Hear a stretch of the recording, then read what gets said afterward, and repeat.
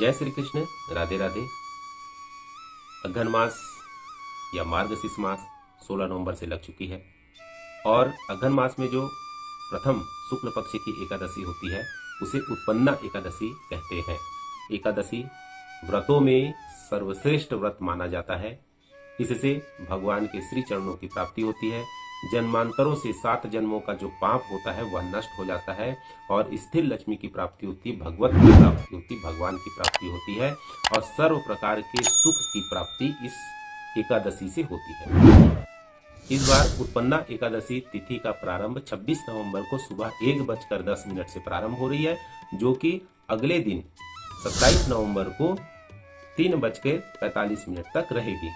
इसलिए इस बार एकादशी 26 नवंबर को ही रखना श्रेष्ठकर रहेगा और इस एकादशी का पारण मुहूर्त रहेगा 27 नवंबर को 10:45 से 11 बजे तक। यदि 10:45 से 11 बजे तक आप पारण नहीं कर पाए हैं तो दोपहर के 1:30 बजे से 2 बजे तक का पारण कर सकते हैं। इस एकादशी तिथि को उत्पन्ना एकादशी क्यों कहा जाता है, आइए इस पर भी थोड़ी चर्चा कर लें। मूर नाम का एक महादैत्य था, जिससे भगवान शंकर और अन्य देवता भी हार चुके थे। तब भगवान शंकर ने विष्णु भगवान के पास जाकर के आग्रह किया।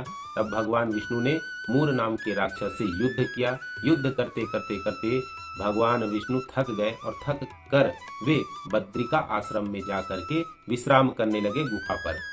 तब मूर राक्षस पीछा करते करते उस बद्रिका आश्रम के गुफा पर जाकर के पहुंच गया और भगवान को युद्ध के लिए ललकारने लगा।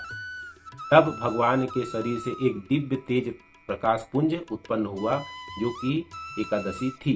वह देवी उस मूर नाम के राक्षस से युद्ध करके उसका वध कर दी, जिससे भगवान अति प्रसन्न हुए और भगवान ने उन्हें आशीर्वाद दिया, क्योंकि तुम एकादशी तिथि पर उत्पन्न हुई हो मेरे शरीर से, इसीलिए तुम्हारा नाम एकादशी रहेगा और प्रत्येक एकादशी पर तुम्हारी जो भी उपासना करेंगे, उपवास रहेंगे, वह साक्षात मुझे ही प्राप्त करेंगे। ऐसा भगवान ने एकादशी तिथि को वरदान दिया।